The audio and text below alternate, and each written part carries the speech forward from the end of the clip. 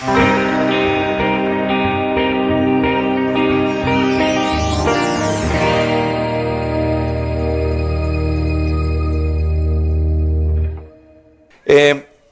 estado hablando de vida cristiana a la luz de Juan capítulo 17, ¿recordáis?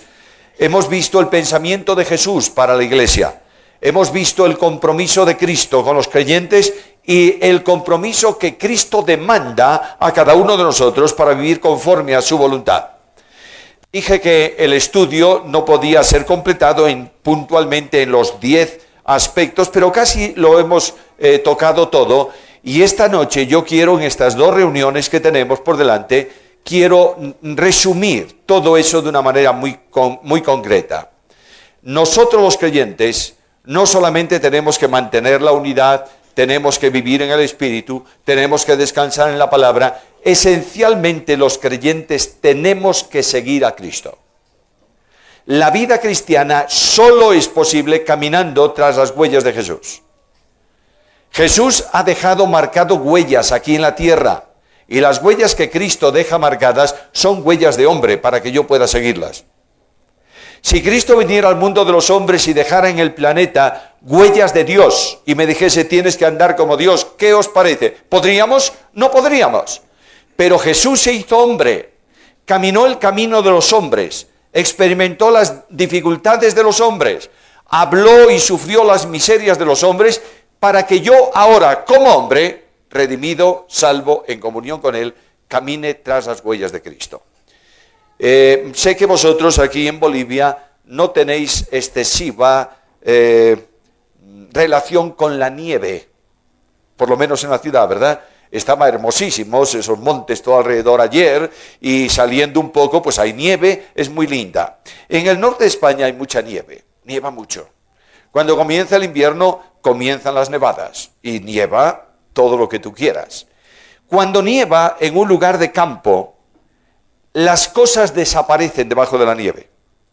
De manera que el camino que iba por en medio del bosque ya no está. Las paredes que marcan las divisiones de las fincas no están. Hay una pequeña caída que va para allá. De manera que es muy fácil en una situación así ponerse a caminar por la nieve y hundirse. ¿Tú sabes cómo puedes caminar seguro en medio o después de una buena nevada? Buscar las huellas que otro ha dejado en el camino y pisar donde él pisó. Él no se hundió, tú tampoco. Por tanto, aquí tenemos la experiencia de vida cristiana. Jesús dejó marcada huella para que nosotros caminemos sobre ella. Pero hay algo todavía más importante, si queréis. ¿Conoces tu camino? ¿Sabes lo que va a pasar mañana por la mañana en tu vida? ¿Conoces el futuro de la iglesia? ¿Sabes a dónde va a ir la iglesia? ¿No lo sabes? Con mayor motivo tenemos que caminar detrás de aquel que conoce el futuro y sabe de lo que va a ocurrir. Además de esto, Jesús me dijo algo importante. Separados de mí, nada podéis hacer. Y cuando el apóstol Pablo está atravesando una situación enormemente difícil en su vida, él no sabe si va a morir o no. Y el apóstol está esperando resultado de una sentencia del primer juicio suyo. El apóstol dice, todo lo puedo. ¿En quién?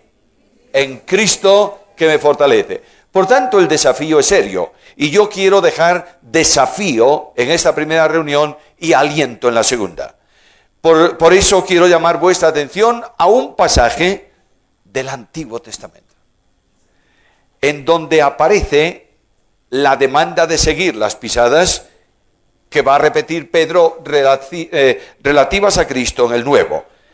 Libro de Josué, capítulo 3, versículo, vamos a leer del 1 al 4, aunque yo voy a ocupar solamente, o voy a tomar solamente la última frase del versículo 3 y el versículo 4. Dice así: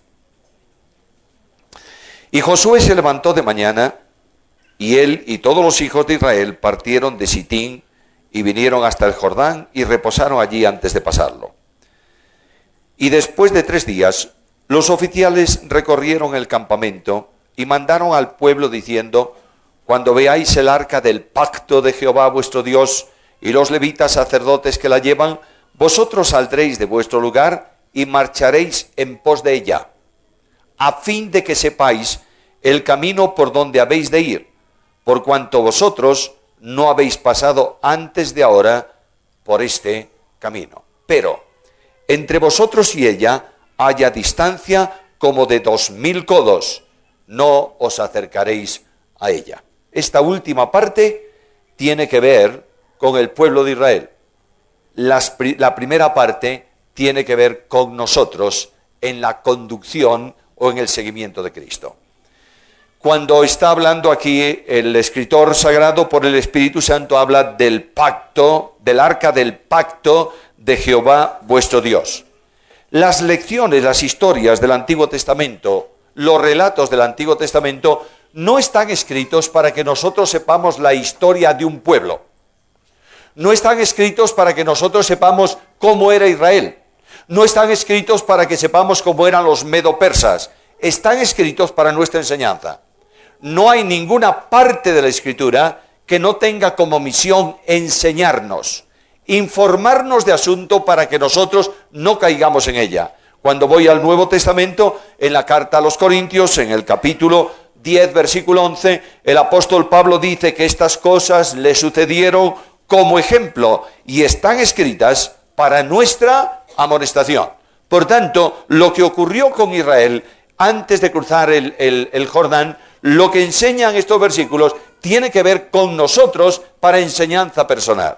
Cuando yo leo estos versículos me doy cuenta de dos cosas principales en el texto. En primer lugar, la figura del arca. El arca del pacto de Jehová vuestro Dios va delante. En segundo lugar, la razón. Vosotros tenéis que seguir al arca que marcha delante de vosotros porque no sabéis el camino por donde tenéis que ir. Y finalmente, tenéis que seguir al arca permanentemente si queréis una vida victoriosa. Tres cosas hay aquí. En primer lugar, el Señor. ¿Qué es el Señor? Representado en el arca. En segundo lugar, el camino, desconocido para nosotros, pero conocido para Él. Y en tercer lugar, la condición, marcharéis tras el arca. El arca es, en primer lugar, el Señor. El arca es figura de Cristo. Todos los muebles del tabernáculo y el tabernáculo en sí es figura de Jesús. Cuando Dios mandó construir a Moisés el tabernáculo y le dio los detalles de los muebles que iba a hacer, cada uno de ellos tiene un simbolismo que se cumple totalmente en Cristo. El tabernáculo en sí, la extensión de la tienda y todo su contenido, tiene que ver con la irrupción de Cristo en la historia de los hombres. De manera que cuando leo Juan capítulo 1, versículo 14, leo estas palabras: y aquel verbo se hizo carne y habitó entre nosotros. Ese verbo, traducido muy bien porque no tenemos otro, el verbo habitar, el verbo venir a establecerse en un determinado lugar, es un verbo que en griego podría tener dos connotaciones más, por lo menos.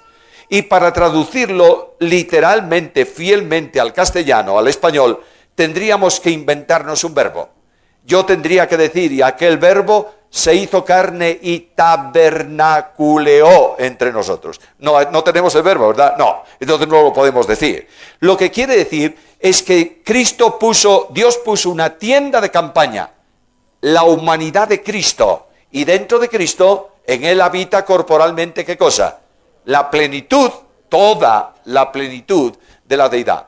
Por tanto, el tabernáculo es figura de Jesús. Y cada uno de los detalles elementales del interior, cada uno de los muebles, es figura de Cristo. El arca es el núcleo especial y específico del santuario. No estaba en el lugar santo, estaba en el lugar santísimo.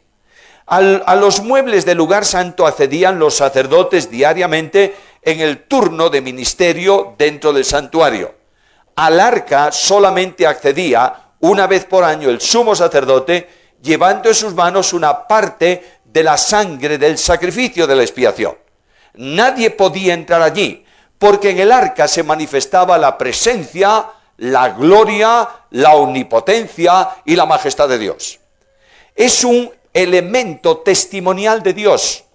De manera que cuando Dios se revela por el testimonio de la naturaleza, se revela por el testimonio de Jesucristo, se revela por medio de la palabra y se revela en los objetos del santuario. El arca es ejemplo, es manifestación de la gloria, la santidad, la grandeza de Dios. Nadie podía entrar ahí, a no ser con una porción de sangre del sacrificio que teóricamente limpiaba el pecado del pueblo y le permitía al sumo sacerdote acceder al lugar donde por la santidad de Dios no se podía acceder. Ahora, esa arca estaba construida de dos materiales, oro y madera. La madera es figura de humanidad y el oro figura de deidad. Cuando yo estudio a Jesucristo, en donde Dios manifiesta su gloria, su omnipotencia, su santidad, su poder, descubro que es una persona divino-humana. No es una persona divina y una persona humana, es una sola persona, con dos naturalezas. La naturaleza humana representada en el arca en la madera que estaba en el interior y la naturaleza divina manifestada en el oro que cubría esa arca. De manera que el interés de Dios es que no solamente veamos a Jesucristo como hombre, sino también como Dios. Y la deidad de Cristo es la gloria manifestada en el tiempo actual en relación con el Señor. El Señor subió al cielo, se sentó a la diestra de Dios y lo que estamos descubriendo en este momento es su gloriosa deidad. Pero no podemos olvidar que sobre esa deidad, la humanidad de Jesucristo, esa deidad resplandece gloriosa, pero también es un hombre. Cuando Jesucristo se presenta resucitado a los discípulos, ¿qué les dice? Ellos piensan que es un espíritu y Él les dice, no soy un espíritu, porque el espíritu no tiene carne y huesos como yo tengo. Cuando Juan habla de la humanidad de Jesucristo en su epístola, dice que nosotros hemos contemplado con nuestros ojos y palpamos con nuestras manos ¿a quién? Al verbo de vida. Por tanto, en el arca se simboliza la gloriosa dimensión de Jesucristo. Dios en el oro, hombre en la madera en que está hecha. Este Dios se revela aquí como el arca ¿de qué? Del pacto de Jehová. De manera que el arca como figura que manifiesta la gloria de Dios es también realidad de la garantía del pacto. Jehová es el nombre del Dios que pacta, del Dios que se aproxima, del Dios que viene a nosotros. Hay por ahí una canción, no sé de qué autor es, que habla de Dios de pactos. Dios viene al encuentro mío. El Dios de la gloria, el Dios majestuoso, el Dios de la soberanía, el Dios de la creación, difícilmente va a venir a mi encuentro para dialogar conmigo, para estar a mi lado, sin que yo no me espante y tenga que correr. ¿Me estáis entendiendo lo que quiero decir? Ese Dios de la magnificencia se presenta ante el pueblo de Israel en el Sinaí. ¿Y qué dice la Biblia? Que el Sinaí humeaba, se oía sonido de trompeta y nadie podía llegar allí. Es más, el Dios admirable dijo a Moisés, pon una marca delante del monte. Nadie traspase esa marca. Y si entra un animal y se me va más adentro de la marca, ¿puedo entrar a buscarlo? No, Señor. Tiene que ser muerto, porque ha traspasado el lugar, el borde, donde la majestad y santidad de Dios permitía entrar al hombre. Ahora yo veo a Jesús y lo veo naciendo como un niño, envuelto en pañales, acostado en un pesebre. Siento deseo de tomarlo en mis brazos, porque es un niño. Lo veo un poco más adelante y es un joven, y lo veo entrar en el templo, dialogar con los doctores de la ley, escuchar sus lecciones y responder a sus preguntas. No entró para enseñar, entró para aprender. Y digo, qué adolescente tan fantástico es Jesús. Lo veo trabajando en el taller de carpintería de su padre, aprendiendo el oficio de carpintero, ocupándose en las labores cotidianas para proveer a la familia de lo necesario para vivir. Y digo, qué hombre tan formidable es Jesús. Ahora ya lo veo en su ministerio, y aparentemente es un hombre como otro hombre. Es verdad que viene el leproso y le dice, Señor, si quieres puedes limpiarme. ¿Y qué oigo? Quiero, sé limpio. No es un hombre cualquiera, pero aparentemente es un hombre. Me puedo sentar a su lado en la plaza del pueblo. Puedo entrar a comer con él, con los publicanos y los pecadores. Puedo acompañarlo en las discusiones con los grandes de la religión de entonces. Y siento un profundo impacto y un tremendo interés. Y oigo a ese Dios manifestado en carne que me dice, al que a mí viene, de ningún modo lo rechazo. Este es el Jesús del Nuevo Testamento. El Jesús de la gracia y del consuelo, el Jesús del pacto. Dios pacta salvación con su Hijo que muere por nosotros en la cruz del Calvario. Y este Dios viene a mi encuentro ofreciéndome por fe en Él el perdón de los pecados y la vida eterna. No lo hizo desde la distancia del cielo, lo hizo desde la proximidad de la tierra. Este es el Dios del pacto, el arca del pacto de Dios. Es decir, Jesucristo garantiza el pacto de salvación.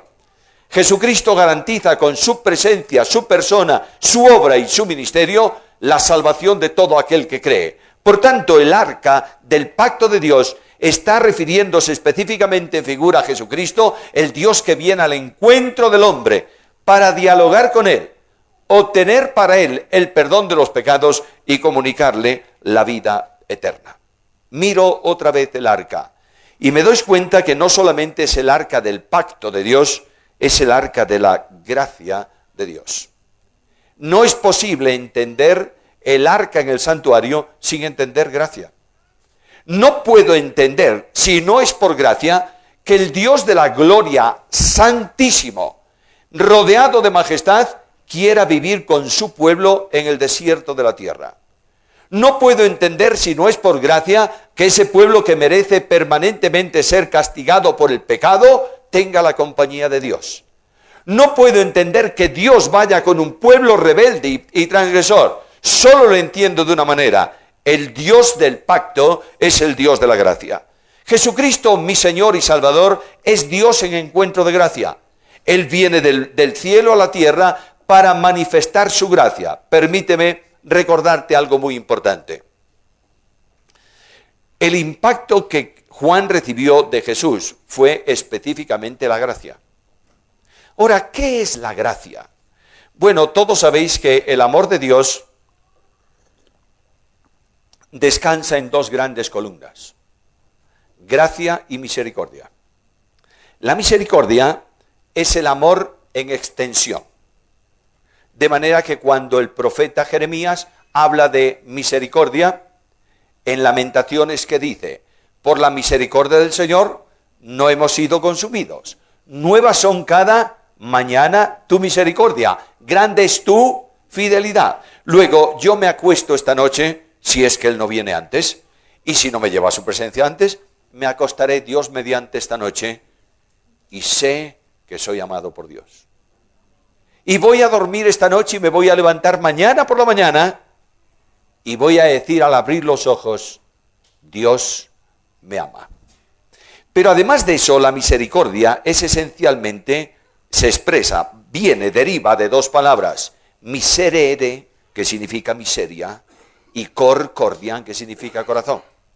Luego, la misericordia, ¿qué es? Pasar la miseria por el corazón y actuar conforme a eso. De ahí que los ciegos no pidieron nunca gracia. ¿Qué pidieron? Jesús, hijo de David, ten misericordia de mí. ¿Por qué? Señor, mira mi ceguera y ten compasión, pasa mi miseria por tu corazón y actúa consecuentemente. Eso es misericordia, amor en extensión. ¿Has caído esta semana en algún pecado? Dios te sigue amando. ¿Has tenido algún tropiezo y dificultad? Dios te otorga misericordia. El segundo elemento del amor de Dios es la gracia. Si la gracia es el amor en extensión, la misericordia es el amor, si la misericordia es el amor en extensión, la gracia es el amor en descenso. Siempre que encuentras gracia en el Nuevo Testamento, encuentras descenso. ¿Quieres un ejemplo? Simple uno, hay muchos, pero voy a mencionar uno que sabéis mayoritariamente todos de memoria. Ya conocéis la gracia de nuestro Señor Jesucristo, que por amor de vosotros se hizo siendo rico. Gracia, descenso, pobreza. La gracia, por tanto, es la determinación del amor divino que obliga a Dios a venir al encuentro del hombre. Pero ¿cómo puede alguien decir que Dios es obligado por algo? Se obliga a sí mismo por amor. De manera que la gracia fluye del corazón admirable de Dios en el plan de salvación. El plan de salvación Dios lo estableció antes de crear al hombre. Luego en ese plan de salvación, antes de que el hombre fuese creado, antes de que el pecador pecase, Dios manifestó su gracia para salvación. Porque Dios salva al hombre no por lo que el hombre es, sino por lo que Él quiere hacer. La salvación no es asunto de condicionante humano en relación con Dios. La salvación es asunto de soberanía de Dios. Antes de que el hombre crease, Dios determinó salvar. Y la salvación Él la establece ¿de qué manera? Por gracia. Por tanto, la gracia fluye en el plan de salvación. Ahora, yo tengo un problema teológico. ¿El amor de Dios es infinito o es limitado? Infinito. ¿Todo cuanto sale de Dios es infinito? Claro, naturalmente, salvo la creación que es limitada. Pero todas las perfecciones que surgen de la intimidad, de la esencia o de la naturaleza de Dios son infinitas. Ahora, la gracia está destinada al pecador, ¿verdad? Digamos así, es el torrente de amor que tiene que ser depositado en algún lado para ser aplicado en el tiempo a los que van a creer y puedan ser salvos. ¿Me está siguiendo? Ahora, ¿dónde coloco yo la gracia que es infinita? ¿Qué ángel o qué criatura puede contenerla? Nadie, solamente Dios. Por eso la gracia para salvación es depositada en la segunda persona de la deidad, Jesucristo. Y a lo largo de la historia de la humanidad, el mediador entre Dios y los hombres va otorgando gracia para que los hombres sean salvos. El primer hombre de la historia de la humanidad que se salvó por gracia. Y el último hombre que se salve al final de la historia, antes de cielos nuevos y tierra nueva, se va a salvar por gracia. No hay otro modo de salvación. Dios salva por gracia. De manera que cuando Cristo el Señor irrumpe, cuando la realidad del arca del pacto viene a los hombres, la gracia desciende con Cristo. Y Juan dice, hemos visto su gloria como del unigénito del Padre, lleno de gracia y de verdad. Me sorprende mucho que haya personas que digan que el Dios del Antiguo Testamento es el Dios de la disciplina y el Dios del Nuevo es el Dios de la gracia. ¡Qué tremendo engaño! No, el Dios de la ley es el Dios que busca al pecador para... ¿Crees eso? ¿Qué es lo que dice Jehová a Moisés cuando proclama su nombre? Le dice, ¿tú sabes quién soy yo? Fuerte, grande, escucha, clemente, misericordioso. El Dios de la Biblia es gracia, querido mío, es misericordia. No se te ocurra a ti decir que vives la vida del Dios de la Biblia y no tienes misericordia. La Iglesia de Cristo está sufriendo la opresión de quienes tienen la gracia en la cabeza y la ley en el corazón. Necesariamente tiene que haber un cambio radical en esto, porque aquel que no manifiesta la gracia de Dios significa que no está viviendo el amor de Dios en él. Cristo es Dios en gracia, viene y desciende. Oh, por favor, míralo esta noche. Aquel que tiene como único derecho ser Dios, se despojó a sí mismo y se hizo semejante a los hombres. Y estando en la condición de hombre, se humilló a sí mismo, haciéndose obediente hasta la muerte y muerte de cruz. La grandeza de ese amor manifestado en el arca es precisamente esta. Dios no solamente está a nuestro favor, Dios está por nosotros. Fíjate, ¿es interesante seguir a Jesús o no? Pues claro que sí. Es el Dios del pacto, es el Dios de la gracia, pero algo más, es el Dios de la sabiduría, el Dios de la soberanía.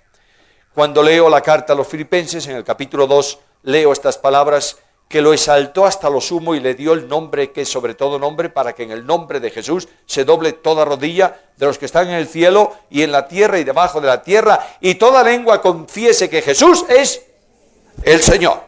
Hablaré, Dios mediante, en la segunda hora de la soberanía de Jesús en la historia pasada, presente y futura. Pero Dios en Cristo manifiesta su soberanía. Es soberano en salvación. Permíteme decirlo una vez más. Sé que a lo mejor alguno dice, está enfatizando excesivamente en esto. Quiero enfatizarlo. No hay salvación sin soberanía de Dios. Dios salva porque es soberano. Dios ejecuta la obra porque es soberano. Dios envía a su Hijo al mundo en un determinado momento porque es soberano. Y el apóstol Pablo dice, cuando llegó el cumplimiento ¿de qué? Del tiempo que Dios había establecido. Por tanto, Dios es soberano. Sobre todas las cosas es soberano. Yo veo una iglesia a veces temerosa de avanzar. Veo personas que dicen, ¿por qué puerta voy a entrar? Escucha lo que dice Jesús a la iglesia. He puesto una puerta abierta delante de ti, la cual nadie puede cerrar. ¿Por qué no pueden? Porque yo soy el soberano. Y el soberano, admirable Dios, es el Dios de la grandeza y de la gloria a quien tenemos que seguir. Cuando estudies la Biblia, por favor, recuerda esto. ¿Para qué se escribió la Biblia? La Biblia se escribió para responder a una sola pregunta. ¿Quién es el soberano? ¿Y por qué? Porque soberanía fue cuestionada a nuestros primeros padres por medio de Satanás. Satanás cuestionó soberanía. Él no tiene derecho. Sed vosotros soberanos y haced de vuestra vida lo que os parezca. Luego Dios escribe la Biblia. Escribe. Actúa para que se escriba. Y contesta cada libro de la Biblia esa pregunta. Puedes hacer el ejercicio esta noche. Te doy un ejemplo de 5 o 6 libros nada más. Primer libro, Génesis. ¿Quién es el soberano? Yo soy el soberano porque creo cielos y tierra sin que nadie ordene ni sugiera una acción semejante. Libro del Éxodo. ¿Quién es el soberano? Yo soy el soberano porque saco a mi pueblo de Egipto y lo llevo conforme a mi determinación en el tiempo establecido. Libro de Levítico. ¿Quién es el soberano? Yo soy el soberano porque establezco cómo quiero ser adorado y de qué manera tiene que ser el culto. Libro de los Números. ¿Quién es el soberano? Yo soy el soberano porque saco 600.000 hombres de guerra de Egipto. Mueren 600.000 en el desierto y entran 600.000 en la tierra. Libro de Deuteronomio. ¿Quién es el soberano? Yo soy el soberano porque la misma ley para los padres es ahora para los hijos. Libro de Josué. ¿Quién es el soberano? Yo soy el soberano porque introduzco mi pueblo en la tierra prometida y expulso a las naciones. Sigue el libro a libro y verás que la respuesta de cada libro tiene que ver con soberanía. Y llego a Apocalipsis y pregunto, ¿quién es el soberano? Y Apocalipsis responde, nuestro Dios reina. Este es Dios. Y a este Dios de la soberanía, de la autoridad suprema, manda Dios seguir en la figura del arca. El Dios representado en el arca es el Dios de los milagros.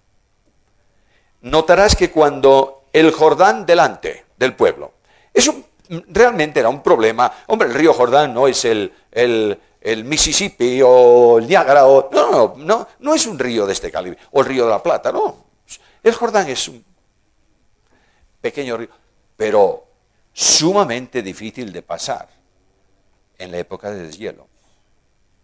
Y ahí tienes un pueblo con no menos de 3 millones de personas, con animales, con enseres, y hay que cruzar un río. Es un lío. Pero me dice en el relato que cuando los pies de los sacerdotes que llevaban el arca tocaron el Jordán, ¿qué ocurrió? Las aguas se detuvieron en un montón. Arriba, las que iban corriendo hacia la desembocadura del Jordán en el Mar Muerto, en el Mar Muerto, sí, el Mar Muerto, claro. Desde Galilea corrieron hacia abajo, ¿y qué ocurrió? El pueblo pudo pasar ¿cómo? En seco. Claro está, el Dios de la Biblia es el Dios de los milagros. Es verdad que el Jordán alimenta también el mar de Galilea, pero quiero decir que la extensión de ese río era mucho más abajo donde ocurrió esto. Abre camino. Y este Dios manifestado en Cristo es el Dios de los milagros. Estaba leyendo estos días atrás en el comentario de Marcos la calma de la tempestad. Y ahí tienes un grupo de marineros expertos. Hombre, no todos serían marineros expertos, pero por lo menos hay un grupo que sí que sabe manejar un barco. Y que han pescado muchas veces en el mar de Galilea. Y se han enfrentado muchas veces con el temporal. Pero ese día el temporal es de tal dimensión que el agua está entrando en el bote y no pueden echarla fuera. ¿Y qué ocurre? El bote va a zozobrar. ¿Qué dicen a Jesús? Maestro, ¿no te importa que muramos?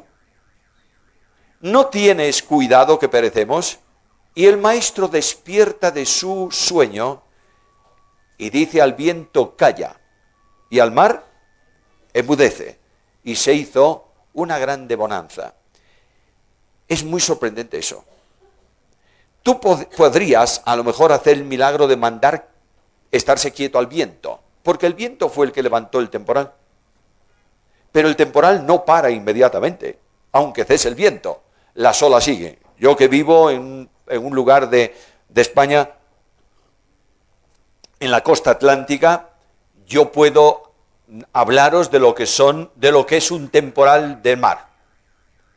Cuando se levanta el viento, a veces por ahí adelante la televisión dice alerta, yo que sé, en el sur de España, porque se prevén vientos de 80 kilómetros por hora, y los gallegos nos reímos. Porque lo normal es que en Galicia haya a lo largo del invierno temporales con vientos de 100, 120 y más kilómetros por hora. Y que se levanten olas de 10, 12 y hasta 15 metros de altura. Eso es impresionante, imponente. Y de pronto, cuando ya no hay viento, por 3, 4 días, hay olas muy grandes. Jesús dijo, ¡calla! Cayó el viento y se hizo, en ese momento, una grande bonanza. Es el Dios de los milagros. Necesariamente tenemos que seguir a un Dios que es capaz de calmar tempestades y de hacer milagros. El milagro más grande que la Iglesia necesita encontrar y experimentar hoy es la conversión de perdidos a Cristo. En cierto momento en la historia de la Iglesia, aquel gran hombre que se llamó Agustín de Hipona, que sabéis que había sido un tremendo pecador perverso en su juventud, estaba enseñando a los alumnos, a un grupo de alumnos suyos, le estaba enseñando sobre los milagros de Jesús. Y les dijo, tenemos que creer en los milagros de Cristo, en los grandes y en los pequeños. Y uno de los estudiantes le dijo, ¿cuáles son los milagros pequeños?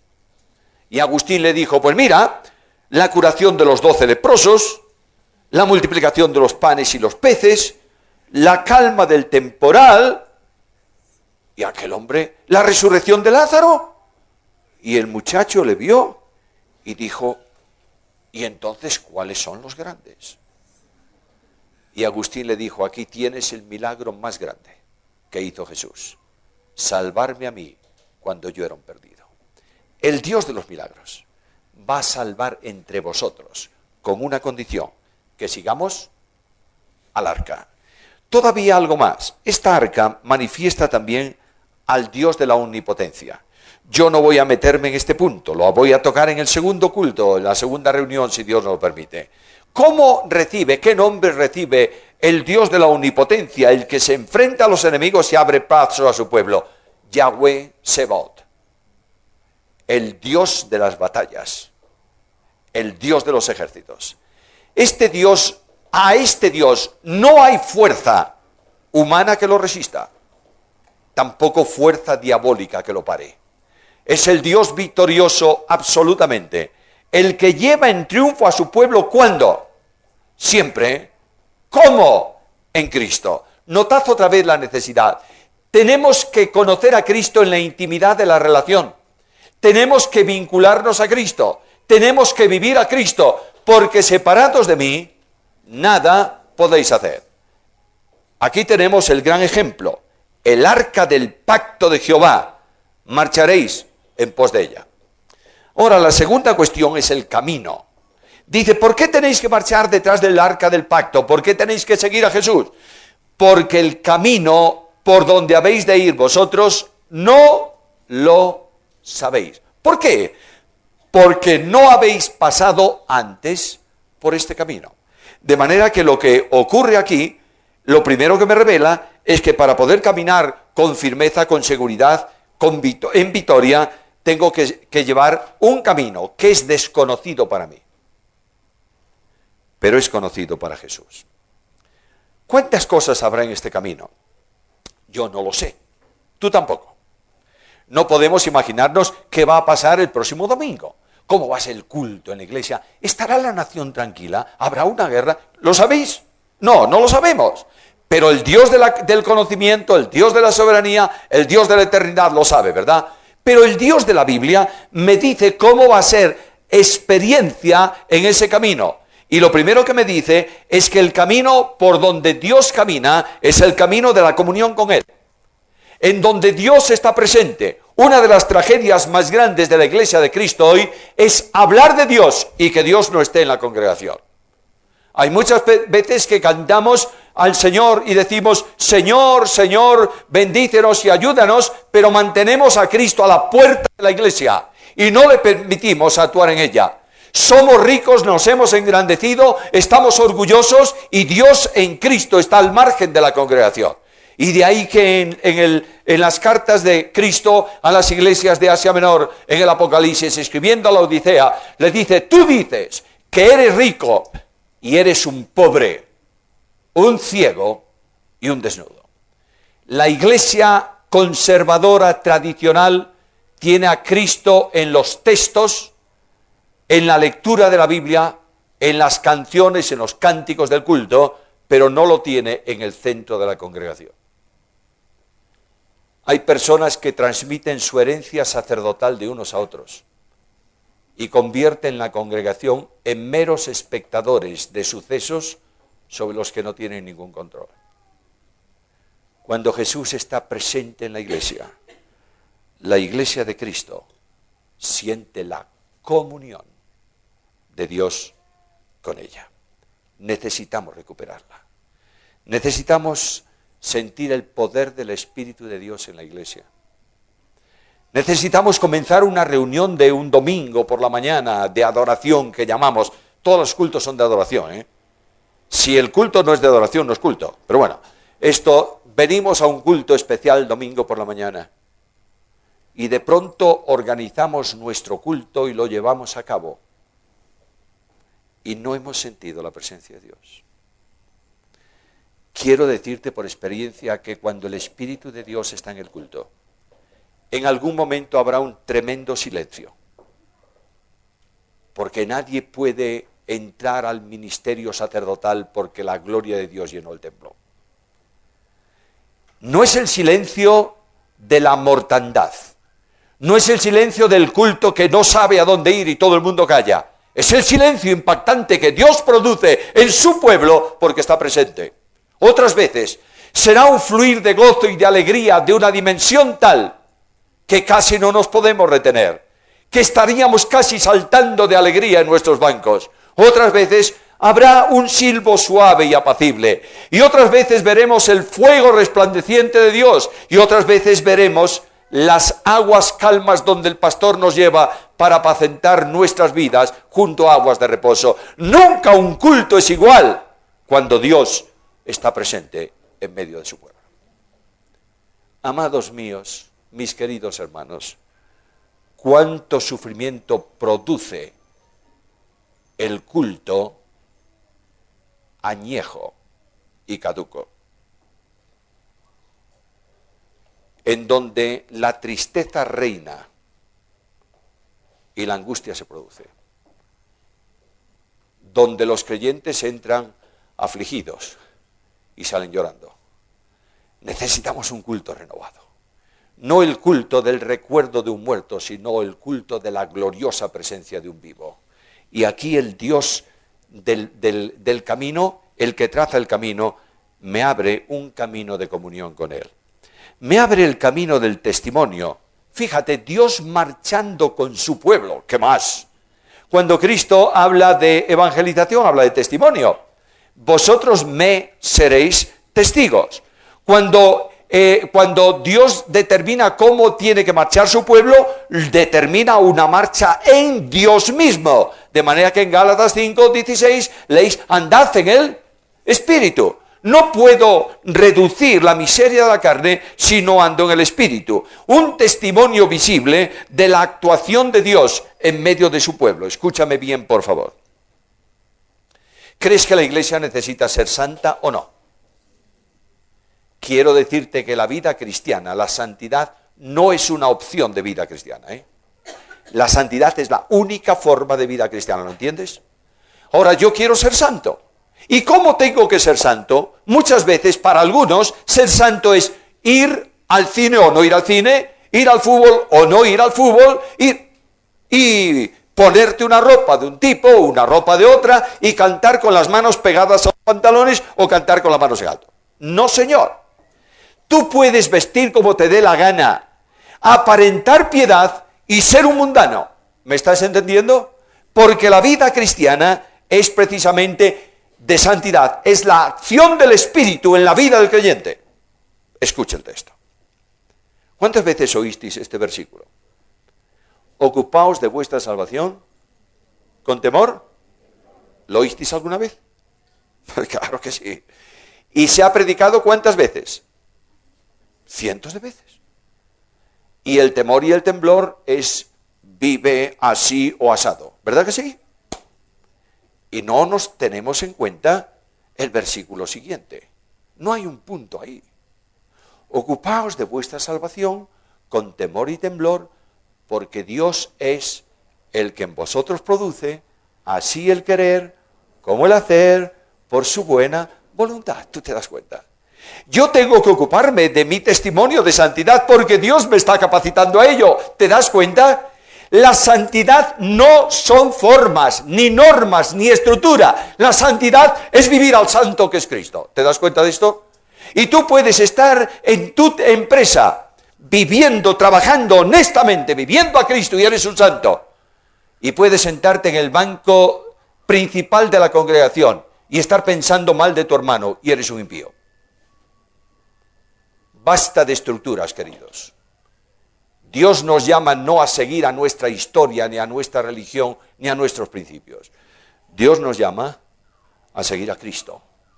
Seguir a Cristo, el camino que Dios pone por delante, es el camino de la unidad. Yo he hablado de esto el otro día, no lo voy a repetir aquí. Pero Jesucristo dice a su Padre, Padre, que sean uno.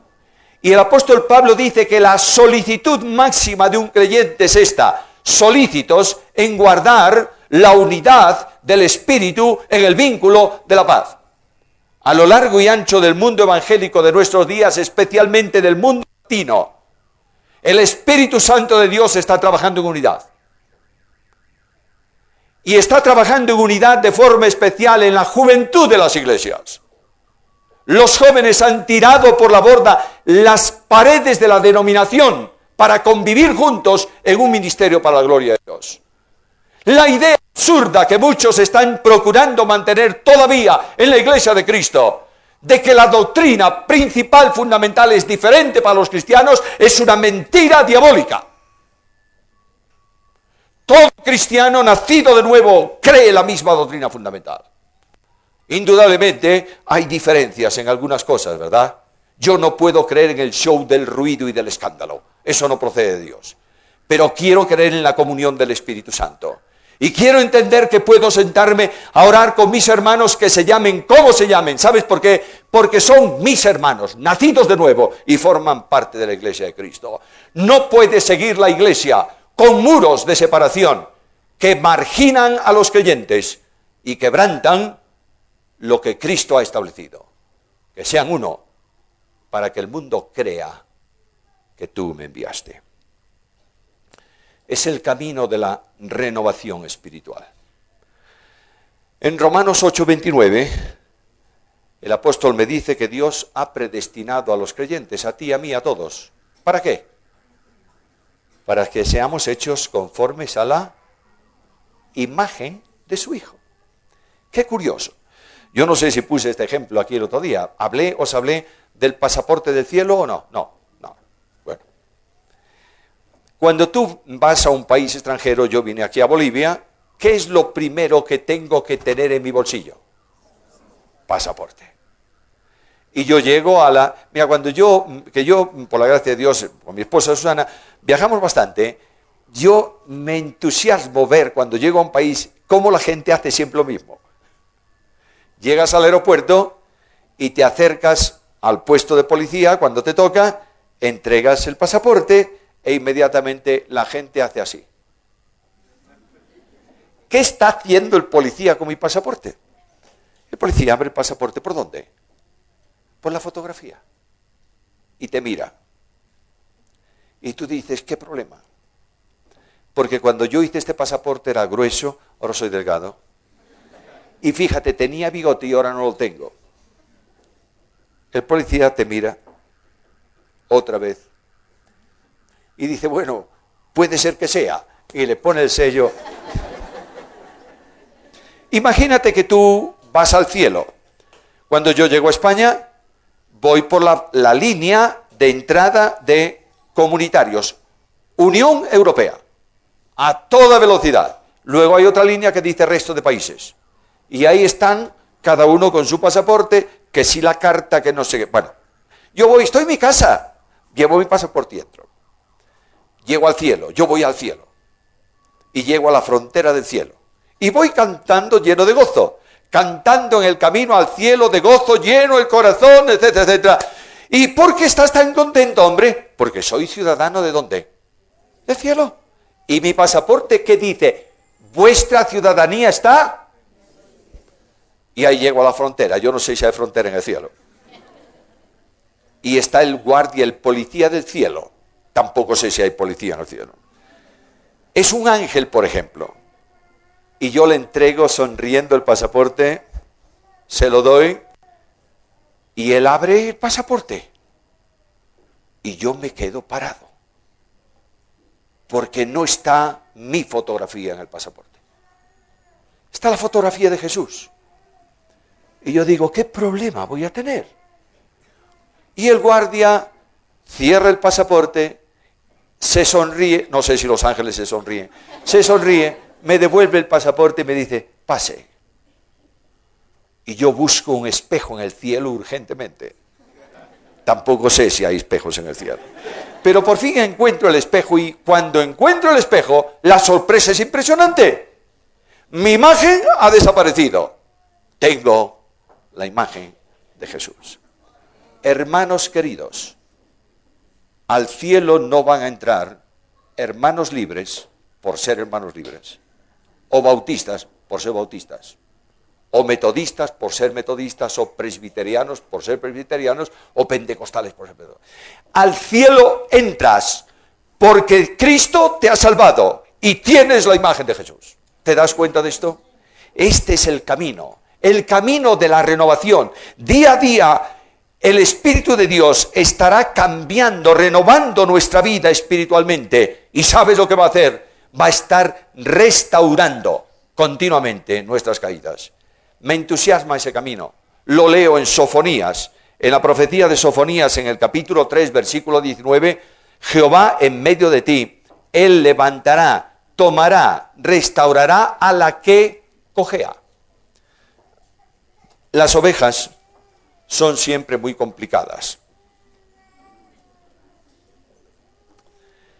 Esa ovejita blanca, lindísima, que está en los, al menos en España, en los, ¿cómo se llaman? Los detergentes especiales para ropa finita.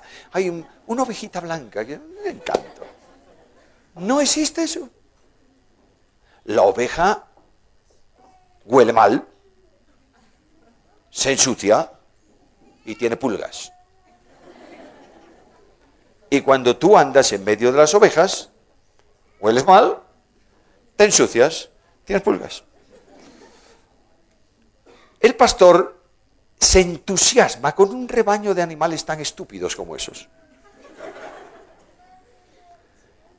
Un pastor de ovejas en Galicia, creyente, que tenía un rebaño enorme de ovejas y de cabras, si llegaba al redil por la noche y le faltaba una cabra, ya vendrá.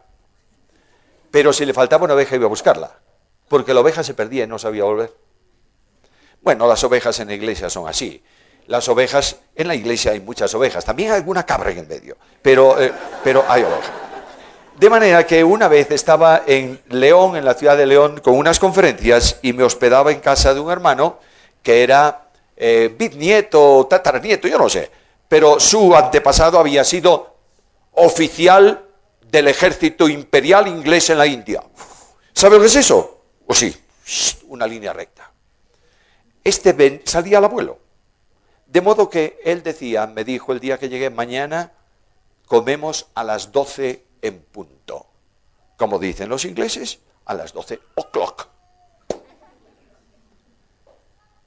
Cuando el reloj de la catedral estaba dando las 12, él se sentaba a la mesa y comíamos. Los españoles no comen a las 12.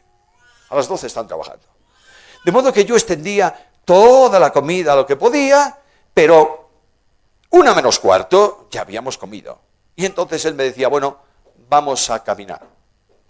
A él le gustaba caminar por las afueras de la ciudad, al borde de un río. Me llevaba en el automóvil, dejábamos el automóvil y caminábamos. Un día yo vi venir un pastor con un rebaño de ovejas. Había un puente para atravesar el río. Y vi algo muy curioso. Ese pastor, cuando tenía el rebaño junto, el perro le juntó las ovejas. Cuando tenía el rebaño junto, se metió por medio de las ovejas y agarró a una por la lana del cuello, la levantó del suelo, sacó el cinturón del bolsillo, le metió la hebilla atrás en una pata y agarró la pata delante, le hizo un nudo y la oveja quedó con las patas así. La puso en el suelo. Y el rebaño cruzó. Y cuando llegó al otro lado, la misma operación en sentido contrario, oveja colgada en el aire, cinto fuera, lo puso en el pantalón, lo puso en el suelo. Yo lo miré y dije, qué raro es esto. Al otro día, otra vez el mismo pastor, el mismo rebaño, la misma operación. Y dije, yo no me quedo sin saber qué pasa aquí. Y me fui al pastor. Y le dije, oiga, perdóneme, he visto hacer esto que usted está haciendo, ¿por qué lo hace? Y el hombre se sintió catedrático en ovejas.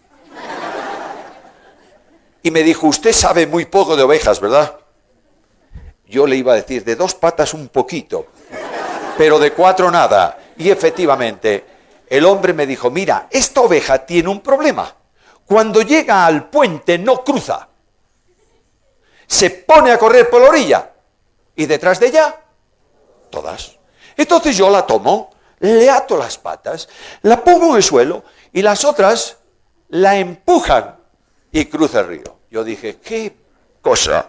Si yo soy el pastor, arreglo el problema al momento. Me como la oveja y se acabó el problema. Ovejas de estas hay muchas en el rebaño de Dios. Pero el gran pastor de las ovejas no mata a ninguna. La restaura con gracia. El camino puede ser que tenga caídas para mí, pero tengo a alguien que me levanta en el camino. Es el camino de la victoria. Dios lleva a su pueblo en triunfo no de vez en cuando, siempre, pero hay una condición. Mas Dios nos lleva siempre en triunfo en Cristo. No va a haber triunfo ninguno para la iglesia al lado de Cristo. Hay triunfo en Cristo. Es decir, estando en Cristo, que es también el camino. Por tanto, mis queridos hermanos, tengo que volver aquí y decir, tú me llevas en triunfo en la medida en que yo siga tus pisadas. Durante mi experiencia de vida cristiana, y especialmente la experiencia de pastorado, he pasado por momentos muy difíciles, en donde he sido cuestionado, en donde he sido difamado, en donde he sido calumniado, bueno, una belleza de cosas. Un día estaba pasando por una situación tan tensa, tan densa, que yo no tenía ganas ni de orar ni de leer. ¿Pasaste alguna vez por esto? Elías estuvo debajo de un árbol diciendo a Dios, lo mejor que haces es llevarme. Y Moisés dijo, mejor es que me mates. De modo que la idea absurda, extraña, de que el creyente no puede estar en depresión, que la depresión es asunto del pecado, no es cierto. No es cierto. ¿Puedes tener un problema de estómago o no? ¿Y ser muy buen cristiano? Claro. ¿Y puedes tener una depresión y ser muy buen? Claro que sí. De manera que en un momento de depresión, de conmoción, yo dije al Señor una mañana, Señor, voy a leer el Salmo 23, porque necesito aliento. Y comencé a leer el Salmo. Lo leía mecánicamente. Yo repetía las palabras del Salmo, pero la cabeza mía estaba en otro lado. ¿Te pasó alguna vez? Y entonces dije al Señor, Señor, por favor, quiero leer el Salmo de verdad. Ayúdame. Y comencé a leerlo en alto. Jehová es mi pastor, nada me faltará. En lugares de delicados pastos confortará mi alma, me guiará por sendas de justicia, por amor de su nombre, aunque ande. No temeré mal alguno, porque tú estarás conmigo, tu vara me infundirán aliento. Y de pronto el Espíritu de Dios me dijo, escucha, aderezas mesa delante de mí, en presencia de mis angustiadores. Y el Señor me dijo, ¿qué tienes a tu alrededor, Samuel? Angustiadores. ¿Y qué están haciendo? Angustiándome. Bueno, están haciendo su oficio. ¿Qué le vas a pedir?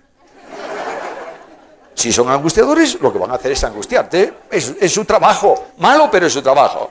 Y de pronto el Señor de la gracia, con su mano apartó los angustiadores, los puso a un lado y puso una mesa. Y me dijo, siéntate, vamos a dialogar tú y yo. Aderezas mesa delante de mí, en presencia de mis angustiadores. Queridos hermanos, seguir a Jesús es la bendición más grande que podemos tener. Voy a concluir. ¿Cuál es la condición? Vuelvo al libro. Marcharéis en pos de ella. Marchar en pos del arca significaba que lo que el arca dijera tú lo ibas a obedecer, ¿verdad? Marchar en pos de Cristo significa reconocer el señorío de Cristo. Significa decir al Señor, Señor, tú eres Señor, manda, dispón lo que quieras, yo voy a obedecerte. Seguir a Cristo es seguir las huellas de Jesús, seguir una vida de santidad. ¿Tienes algún pecado en tu vida sin confesar? No puedes seguir a Jesús así. Seguir a Jesús es vivir la experiencia de una vida de oración. Hermanos amados, qué poco oramos.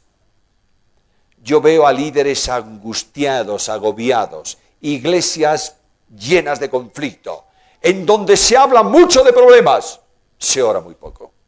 Es necesario seguir las huellas de aquel que dedicaba tiempo y tiempo y tiempo a orar. De manera que Jesús, por la mañana, cuando todos dormían, se levantaba, iba a un lugar tranquilo y ¿qué hacía?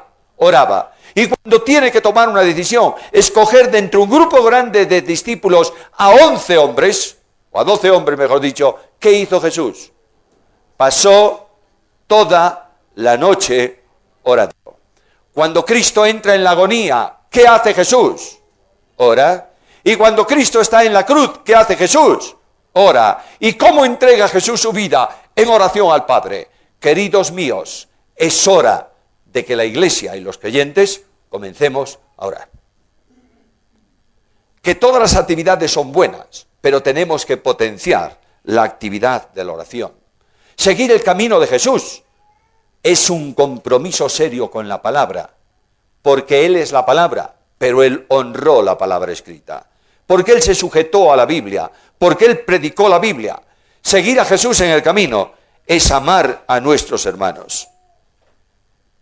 Y seguir a Jesús en el camino es vivir milagros continuos en tu vida y una experiencia singular de poder. La victoria está en Jesús. Cantamos a veces, no sé si cantáis este himno por acá. La victoria está en Jesús, solo tienes que saber que aunque pases malos años y aunque el mundo te desprecie, este Jesús de la victoria te va a estar a tu lado permanentemente. Amados míos, yo quiero terminar. Jesús viene a mi encuentro esta noche y me dice, venid en pos de mí. Solamente tienes que seguir sus pisadas. Y el triunfo de Dios será tu triunfo. Y la gloria de Dios tu gloria. Y la grandeza de Dios tu grandeza. Y la seguridad en Dios, tu seguridad personal. Pido al Señor que su gracia toque nuestras vidas, para que esta noche tomemos en serio lo que Josué dice, seguiréis al arca.